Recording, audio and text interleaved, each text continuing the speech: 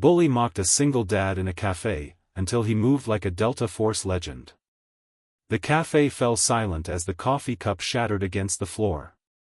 What happened next would change everyone's perspective on the quiet man in the corner, a single father just trying to enjoy breakfast with his daughter. My name is Michael, and I witnessed something that day that I'll never forget. A moment when patience met its limit, and a man's hidden past emerged in a flash of controlled precision that left us all in awe. James Wilson sat at his usual corner table at Riverside Café, his 7-year-old daughter Emma coloring quietly beside him. At 42, James' weathered face carried the lines of someone who had seen too much, yet his eyes remained gentle whenever they fell on his daughter. 3 years had passed since his wife's death, and he'd been raising Emma alone while working as a high school history teacher. What most people in our small town didn't know was that before becoming a teacher, James had served 15 years in special operations, a past he had deliberately buried. I worked the morning shift at the cafe and had grown fond of James and Emma over their regular Saturday visits. They were creatures of habit, James with his black coffee and plain bagel, Emma with her chocolate milk and blueberry pancakes shaped like Mickey Mouse. That particular morning, however, their routine was interrupted when Derek Sloan and his friends entered. Derek was the kind of man who filled a room with his presence, and not in a good way. 6'3" with shoulders like a linebacker and a voice that demanded attention, he owned the largest car dealership in town and made sure everyone knew it. He'd recently divorced his third wife and seemed determined to make everyone around him as miserable as he was. "Well, look who it is, the babysitter," Derek's voice boomed across the cafe as he spotted James helping Emma cut her pancakes. "Shouldn't you be finding a new mommy instead of playing house? That's what real men do." The cafe quieted. James didn't look up, simply wiping syrup from Emma's chin with a napkin. "Emma, remember what we said about people who try to make others feel bad?" he whispered, loud enough that I could hear from behind the counter. "They're usually the saddest inside," Emma replied, her innocent voice carrying in the silence. Derek's face flushed red. He approached their table, looming over them. "What did you just teach that kid to say about me?" he demanded. James finally looked up, his eyes calm. "We weren't talking about you specifically, but if the shoe fits." He turned back to Emma. "Finish your breakfast, sweetheart." Derek's hand came down hard on their table, causing Emma's chocolate milk to spill across her coloring book. Her little face crumpled as she watched the colors bleed together, the morning's work ruined. "Oops," Derek smirked. Maybe if she had a mother, she'd learn not to leave drinks where they could spill. Something shifted in James' eyes then, a darkness I'd never seen before.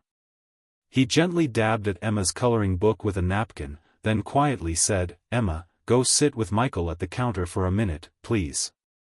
Emma, sensing the tension, quickly slid from her chair and hurried over to me. I lifted her onto a stool and placed a fresh chocolate milk in front of her, trying to distract her from what was happening. James stood slowly, methodically wiping his hands on a napkin. He was at least 4 inches shorter than Derek and probably 50 pounds lighter, but something in his posture had changed. He stood differently now, balanced, centered, alert. "You know, Derek," James said, his voice eerily calm, "I've watched you come in here for months. You're loud, you're rude to the staff, and you treat people like they're beneath you. I've never said a word because, frankly, you weren't worth my time. But you just upset my daughter, and that's where I draw the line." Derek laughed, looking around at his friends. "And what exactly are you going to do about it, Professor?" What happened next occurred so quickly that many in the cafe later disagreed about the sequence of events. Derek reached out to shove James' shoulder, but his hand never made contact. In one fluid motion, James sidestepped, captured Derek's extended arm at the wrist and elbow, and used the man's own momentum to guide him face first into the wall. Derek's cheek pressed against the brick, arm twisted behind him at an angle that looked painful but wouldn't cause permanent damage, a restraint technique I would later learn was standard in Special Forces training.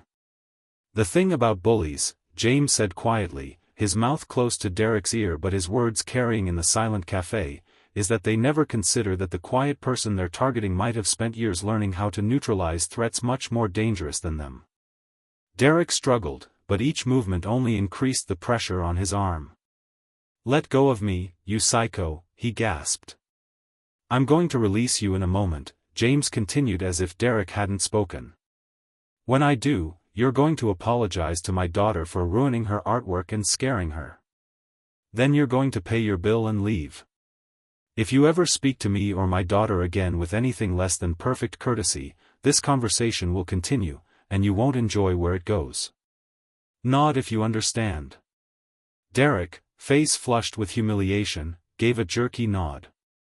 True to his word, James released him and stepped back, hands relaxed at his sides but positioned in a way that I now recognized as a ready stance. Derek straightened his expensive jacket, glaring at James. For a moment, I thought he might try something stupid, but something in James' unwavering gaze must have communicated the futility of that idea. Instead, Derek walked stiffly to the counter where Emma sat wide-eyed beside me. "I'm sorry about your coloring book," he muttered. Emma studied him for a moment with the unfiltered honesty of a child. "My daddy says everyone deserves a second chance if they're really sorry," she said. "Are you really sorry or just saying it?" The question, so innocent yet penetrating, seemed to catch Derek off guard. Something in his expression shifted, perhaps the first genuine emotion I'd seen from him. "I'm really sorry," he said, quieter this time. That wasn't right of me." He paid his bill and left without another word, his friends trailing behind him, the usual boisterous group suddenly subdued. James returned to his table, his posture once again that of the mild-mannered teacher everyone knew. Emma hopped down from her stool and rejoined him, showing him a napkin where she'd started a new drawing. Later, after the morning rush had died down, I approached their table as they were preparing to leave. "That was some move earlier," I said quietly. "Not exactly standard history teacher training." James smiled slightly. "Let's just say I had a different career before I started teaching the Civil War to teenagers." "Delta Force?" I guessed, remembering the precision of his movements. He neither confirmed nor denied it, simply saying, "The past is the past. I prefer the life I have now." He looked at Emma, who was putting her crayons back in their case. "Though some skills never leave you. Why did you let him push you so far?" I asked. "You've heard him make comments before."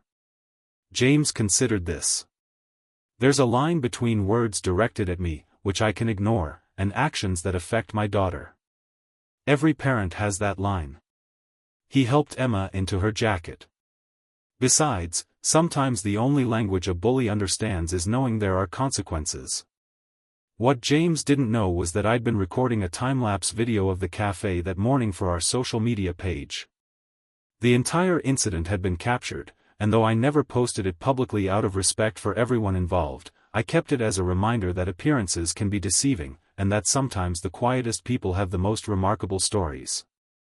The following Saturday, something unexpected happened. Derek returned to the cafe alone, subdued and without his usual entourage. He nodded politely to James and Emma, then sat at a table across the room. Before leaving, he paid for their breakfast anonymously. Over the following months, a strange transformation occurred. Derek became less abrasive, more thoughtful in his interactions. I later learned he had started volunteering at the Veterans Center on weekends. James never spoke about the incident again, continuing his quiet life as a dedicated father and teacher. But our town had learned an important lesson that day, one about judging others, about the strength that lies in restraint, and about the power of standing up for what matters most. Sometimes the most impressive force isn't in dominating others, but in knowing exactly when and how to draw the line. If this story touched you as deeply as it did me when I witnessed it, please hit that like button and subscribe to my channel for more real-life stories that remind us of the extraordinary people walking among us every day.